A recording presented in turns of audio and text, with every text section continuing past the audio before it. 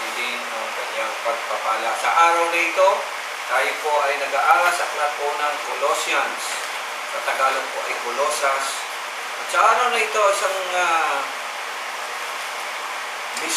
mystery ang ating po sanang maunawaan dahil ito po ay isang pangyayaring noon lang nangyari at hindi na po mauulit kailanman. Ito po ang patungkol sa Panginoong Kristo. Sabi doon po sa sa nakaraan po kasi pinag-usapan namin patungkol sa mga bagay rito. Sabi po rito mga kapatid, sa chapter 1 pa lang po kami at ang aming pong tinalakay ay nagsimula po dito sa verse 12. Sabi ng nakasulat, at magpasalamat kayo sa Ama, ang Diyos po tinutukoy, sapagkat minarapat niyang ibilang kayo sa mga hinirang, no? To the chosen one, na magmana ng kaharian ng kaliwanagan. Iniligtas niya tayo sa kapangyarihan ng kadiliman, hindi nang sinabi, at inilipat sa kaharian ng kanyang minamahal na anak. Sa pamamagitan ng anak, tayo'y pinalaya at pinatawad sa ating mga kasalanan. Sa pamamagitan daw ng Panginoon Kristo, nakamit po natin ang forgiveness ng ating sins. Daw, ang tanong kasi dito, bakit? Paano nangyari yun? Meron nga bang ganong katotohanan? Alam niyo, mga Hudyo nung time na yun, hindi po ito tinatanggap yung ganitong klase ng aral. No? They still looking forward sa pagdating ng isa pang Mesiyas o Kristo. Ang kanilang isip nakatuon pa rin kay Moses. Well, hindi natin sila masisi dahil yung kanilang kinalakihan 4,000 years. Tagal nga naman. At nung dumating ang Panginoon Kristo, nagkaroon po ng iba pangyayari sa buhay nila. At hanggang ngayon, 2026, 2,000 years ago, and 26 years, pinag-aaralan pa rin natin ang lahat na ito. Ibig sabihin, may mga magagandang bagay tayong makikita rito at dapat natin maunawaan sapagkat kung tutusin, hindi lang yung past, no? Sa buhay ng mga Hudyo ang napag-usapan, kundi tayo na sa future na, ito pa rin ang pinag-uusapan. Kaya pala sabi ng Biblia mga kapatid, that is what? Sabi? The past, the present, and the future. Samahan niyo ako sa panalangin, dakilang Diyos. Maraming salamat sa mga kaluluwang narito, Lord. Dalangin po, Panginoon, ninyo pong pagkilos sa bawat sa amin. Sa pag-aaral na ito, wala po rin po kami ibang dalangin kundi buksan mo ang aming puso, ang aming isip, upang manuwa namin ang iyong mga salita. Medyo mahirap po ang aming tatalakayin sa araw na ito, pero alam po namin, Panginoon, ito na naman bibigay sa amin ng understanding, knowledge, wisdom, upang kahit pa paano po, sa amin pong limited na pag-iisip at pag-unawa ay makatulong po ito upang lumatag ang aming pananalig. Bless us in Jesus' name. Amen and amen. Nung nakaraan po kasi ang discussion of something impossible. Kasi sabi sa English, Christ is the image of the invisible God. Ano sa English naman? Verse 15. Ito sa English, kaya nasa verse 15. Mayroon tayo sa English. Translation lang. And who is the image of the invisible God? Paano nga naman nagkaroon ng image sa isang bagay na hindi nakikita? Invisible nga. So, dun pa lang sa theology, kaya kinu-question ng Christianity. Invisible. Kaya nga invisible, hindi mo nakikita sa sasabihin mo, may image siya. Paano nga namang kontrahan yan mga kapatid? That is why mga kapatid, nung nabuhay ang Panginoon Kristo, talagang ayaw na lang maniwala sa Kanya. Nire-reject siya kasi nga, sa basic knowledge, ayan, ang Diyos talaga, hindi po talaga siya nakikita. Hindi mo siya pwedeng i-compare sa kahit ano. Ang natutunan nila doon sa buong na Moses, lahat ng ginawa ng Panginoon, ginawa ng isang Diyos na hindi nakikita. So all the images, mga kapatid, na nakikita natin, kahit hanggang ngayon, it represents who God is. Pati pa po ba yung puno? Pati, opo, kasi siya po ang gumawa niyan eh. Yun lang ang palaging ano. Ngayon, dumating ang isang tao, nakilala natin si Jesus, may sinasabi niya siya po yung image ng Diyos. So hindi niya basta-basta paniniwalaan niya. Pagkatapos, ayan ang itsura mo. Hindi ka naman sosyal, wala ka naman sa palasyo. So paano mo sasabihin? Kasi usually, ang thinking po ng tao, mga kapatid, when we talk about God, di ba, something mataas, perfecto, makapangyarihan. Eh nung nakita nila ang Panginoon sa Kristo, anak ng karpintero, pinanganak sa sabsaban, amen? Walang magandang damit, wala sa palasyo, wala sa templo, kaya napakahirap yan. Well, yan din na nangyari doon sa writer ng Colossians. Ang sumulat po ng Colossians ay si Paul, si Apostol Pablo. At si Apostol Pablo, isa siya sa mga kumontra sa Panginoong Kristo nung ito'y nabubuhay pa. So, napakahirap. Ngayon, si Apostol Pablo naman ngayon ang nagtatanggol doon sa dati niyang hindi pinaniniwalaan. At ito ang sabi niya ngayon, napatunayan daw niya na si Kristo ang larawan ng Diyos na di nakikita. Mabigat yun. Dati, hindi niya pinaniniwalaan ang Panginoong Hesus. Ngayon, ipinagtatanggol niya na ang Panginoong Hesus. So makikita ninyo rito, mga kapatid, na si Paul bilang Pariseo, bilang scholar sa Book ni Moses, kinukontra niya ngayon yung kanilang napag-aralan. So mahirap talaga yun. Sa panahon din natin ngayon, marami rin mga aral, mga kapatid, na hindi pa rin naniniwala sa mga nakasulat nito. Kahit sabihin natin nakasulat na ba sa Biblia, ba't hindi naniniwala? Kasi nga po, it is very impossible yung mga cases na nakasulat po dito. At ako naniniwala din, mga kapatid, may possibility na hindi rin natin lubos na naiintindihan kung anong ibig sabihin ng Kristo. O anong ibig sabihin ng kasi Kristo, Greek po ito eh. Christ o Christos is a Greek term na nung translate sa Tagalog, Kristo. The Hebrew term for Christ is Messiah. O English pa rin yun. That is a Latin equivalent, pero original ay Mashiach talaga, mga kapatid. Mashiach, which means Son of God. Small letter S lang po yun. Tayo dito kung saan maintindihan. Small letter S po yun.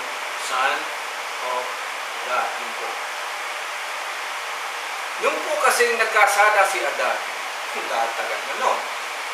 Nung nagkasala si Adan, ipinangako na yun ng Panginoon ang pagdating ng Mashiach o Messiah o ng Kristo. Sabi, yung anak mo, yung anak daw ng demonyo na tumukso at yung anak ni Eva at Adan, which is the Messiah, ay maglalaban. Kapapalaya sila palang po nila sa Sagrado, maglalaban. Maglalaban, wala pa nga. Diba? Wala pang anak kasi no sila Eva at Adan, wala pa. Nung nagkaanak naman si Eva at Adan, pinangalanan itong Cain. Diba? Naalala ninyo? Nang ibig sabihin, nanganak sila sa tulong ng Panginoon, which is, kung tutusin, hindi tama. Dahil nagkasala nga sila, tapos sasabihin mo na nanganak, yun ang ibig sabihin ng salitang Cain eh. We got a son from God. Yun ang ibig sabihin. Nagkaroon kami ng anak dahil sa Panginoon. Tapos nakita natin, si Cain, pinatay pa niya si Abel. Paano naman naging so, minsan, pagtingin mo ito, napakagulo ng takbo ng istorya. So, hindi sila yung tinutukoy na darating at mga kalaban sa mga anak ng kasamaan. At ito po ang naging ugat kung bakit nila inaantay po yung anak ng Diyos na dumating. Mula pa noon, kay Adan, hanggang sa dumating ang Panginoon sa Kristo, 4,000 years ang lumipas. At po, mga kayo dito. Hello!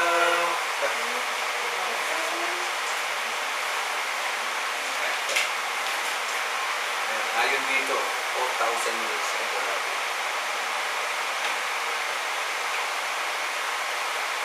4,000 years ang nilipas. So, nag-aantay ang bawat isa. Hindi pa tayo kasama po rito. Plus 2,000 years pa tayo ngayon. 4,000 years ang lumipas bago dumating ang tinatawag na Kristo.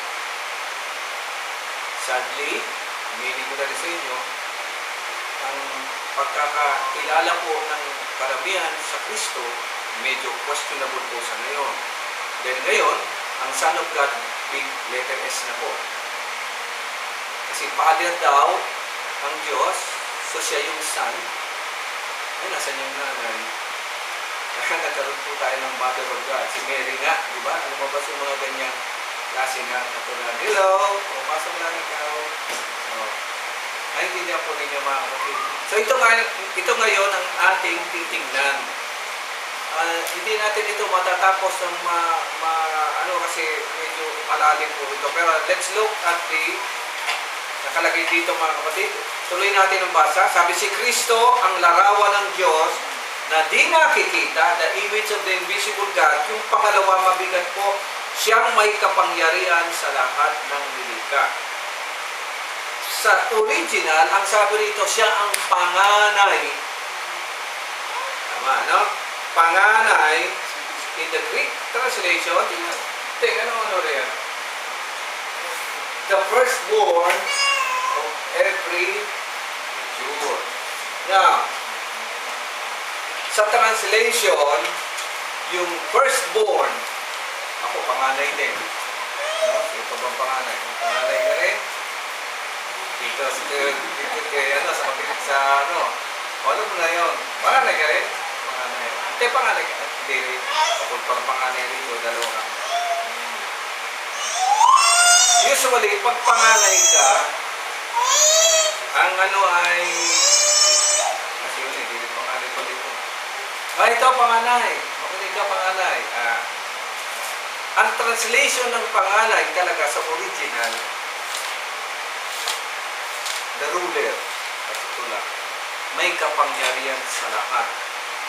Panganay ka, panganay siya. Ang ibig pa, sabihin pala niyan, kung bakit panganay, hindi dahil sa nauna ka, kundi you become the ruler. May kapangyarihan sa lahat.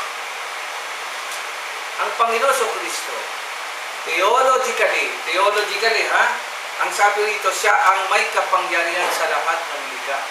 The firstborn, ano po nangyari? Lumabas siya 4,000 years after.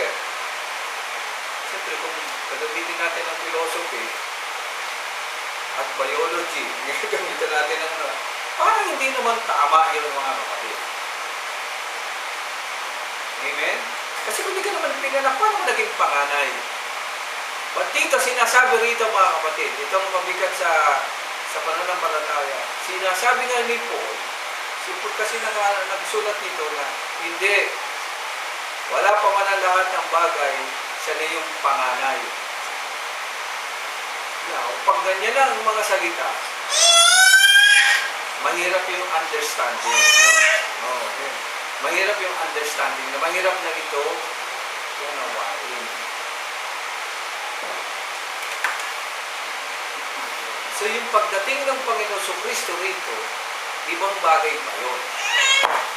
Sinasabi rito ni Paul, ulitin ko, noon pa man, siya na yung firstborn. Sino ba ang panganay, mga kapatid? Sister Mystics, palagay mo. Kung titignan sa physical, sino ang panganay natin lahat? Si Adam. O, di ba? Yun ang nasulat eh. Dahil siya yung unang nilikha eh. Amen? Saan siya nilikha? Sa pamamagitan ng alabok. Kasi yung salitang Adam, galing sa salitang Adama. Ang ibig sabihin ng Adama means soil o lupa. O, tandaan niya, yun ang ibig sabihin. Kaya lahat tayo, sa gusto mo natin sa hindi, pag namamatay na ang tao, bumabalik sa pinagmulan ito, lupa. Sabi, naintindihan mo ba? Naintindihan mo ba si Lolo?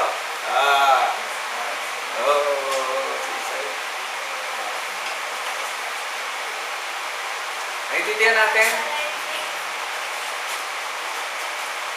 So, kung ganoon,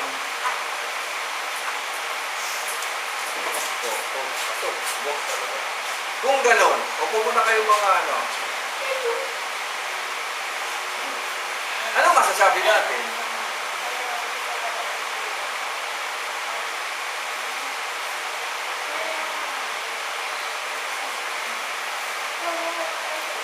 Kung tayo po ay galing sa lupa at galing sa Labong Test, palagay niyo yung masasabi natin doon. Pa?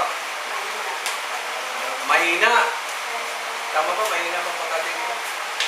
Ano sabi niya natin? Mahina. Ano pa?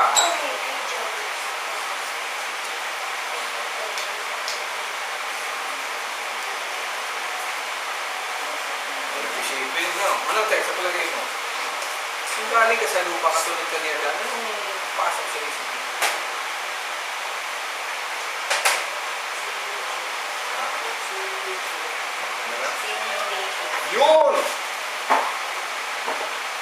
Iwanan mo. Pareho tayo ng nature, ng kalikasan. At kung pareho tayo ng kalikasan, may pagkakaiba ka ba kay Adan? Kung panganay si Adan, ano ka?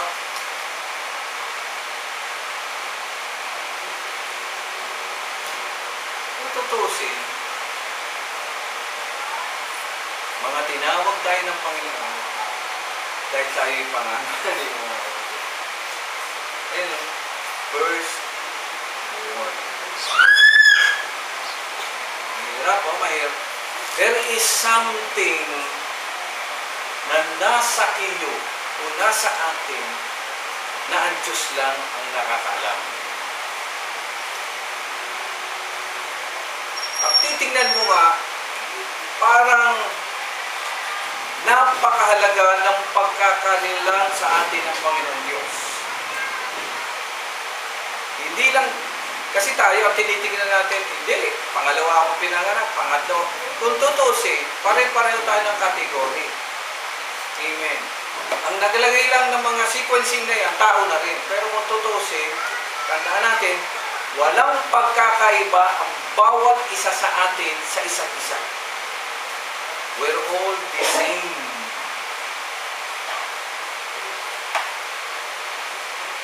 Pare-pareho tayong babalik sa lupang pinanggalingan natin.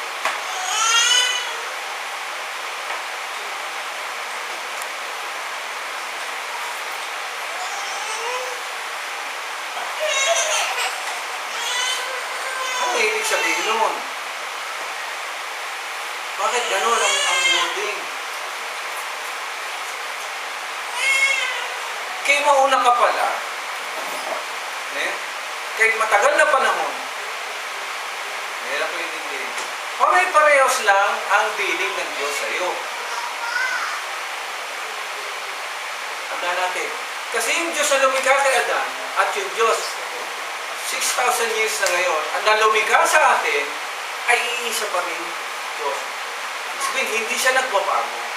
Ang kapangyarihan niya, pag-ibig, pareho lang. Kasi nga dahil ang Diyos, hindi siya nalilimitahan ng time, ng space, at kahit ano pa man bagay. Nag-get niyo mga kapatid. Medyo lumalalim na yung ating discussion, hindi talaga ito nag-discussion. Basta-basta, kung wala kayong basic knowledge. Kaya ko naman ito na-share na sa inyo dahil matagal na kayo sa Panginoon. Madali nyo na ngayong naintindihan. At ngayon ma-appreciate natin, mapapasalamatan natin ang Panginoon. Kaya pala sinasabi, pinanganak ang bawat isa sa atin ever since the world began. Awitin mo. Noong pa man nakatakda na ang bawat isa, nalikhain ng Diyos sa daigdig. Each to his own time. Yung time na yun, nasa kamay ng Panginoon Diyos. Hindi mo siya pwedeng diktahan kasi everlasting siya. Kung kailan niyo gustong ilagay, at dahil dyan mga kapatid, ako personally, nagpapasalamat ako sa Panginoon Diyos dahil binigyan niya ako ng buhay. Hindi para gamitin sa kasamaan. Amen? Kundi maging katulad ng panganay sa lahat ng ating Panginoon sa Kristo. Mahirap unawain ito, mga kapatid. Sa istorya ng Biblia sa binasa ni Ethel, ilan yung anak na yun? 10, nagdagan pala ng lahat. Bakit nagkagulo ang lahi ni Jacob? Kasi nung mag-asawa na si Abraham, diba? Anong intindi nila? Something na manggagaling, isang nilalang na manggagaling sa Diyos. Amen. Anong ginawa nila? Inunahan nila ang Diyos. Sino bang asawa ni Abraham? Kanino siya naghanap? Di ba ang gulo? Inuunahan mo kasi. Hindi ko rin masisi sila. Ibig sabihin, mas matalino at hindi. Nalalaman natin ngayon ang tunay na pangyayari.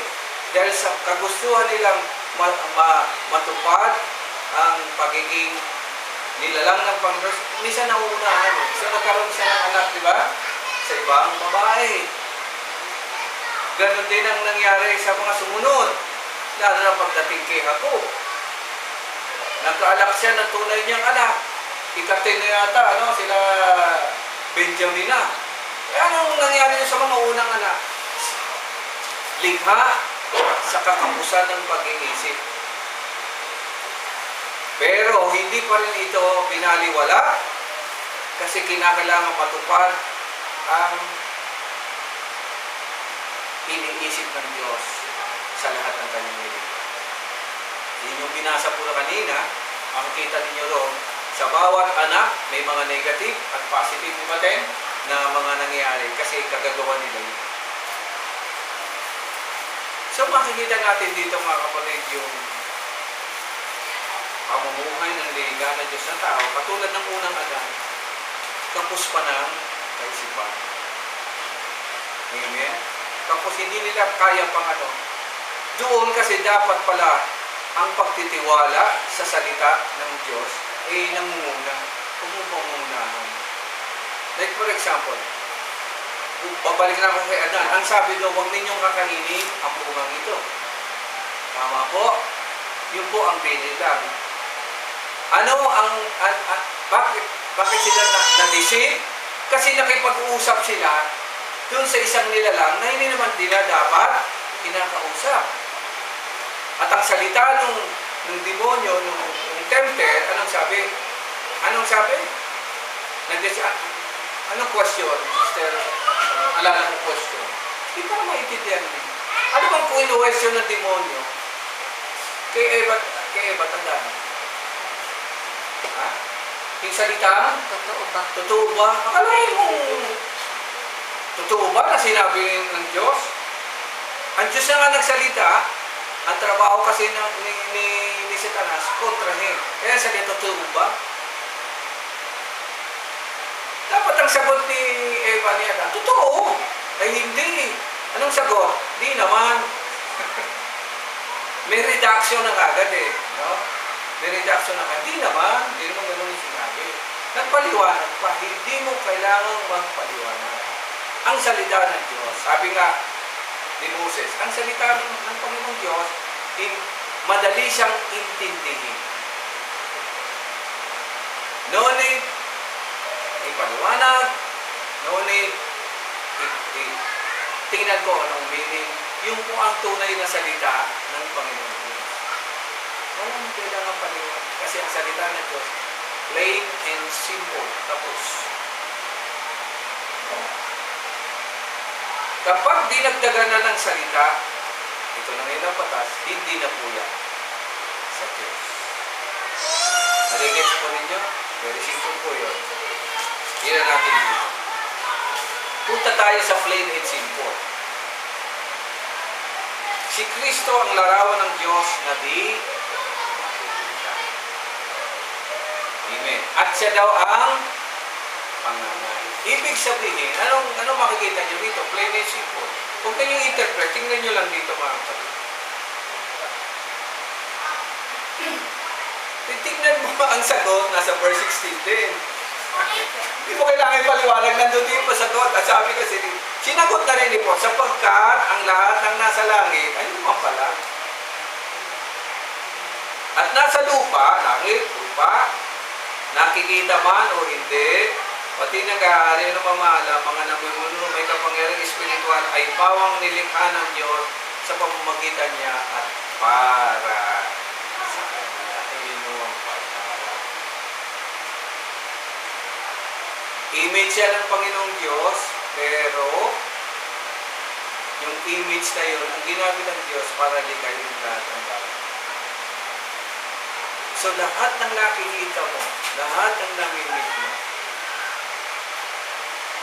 naroon po ang Panginoon Diyos at ang Panginoon Kristo. Medyo malalim, pero that's the reality. Lahat ng nakikita mo, lahat ng bagay mo. Kaya nga sabi sa Biblia, nila Paul, ipagpapasalamat niyo ang lahat ng bagay sa Diyos. Lahat ng nakikita mo. Kasi it represents God. At totoo ba? Opo, kahit yung mga halaman na yan, hindi mo yan basta-basta pwedeng galawin. Because it represents God as the Creator.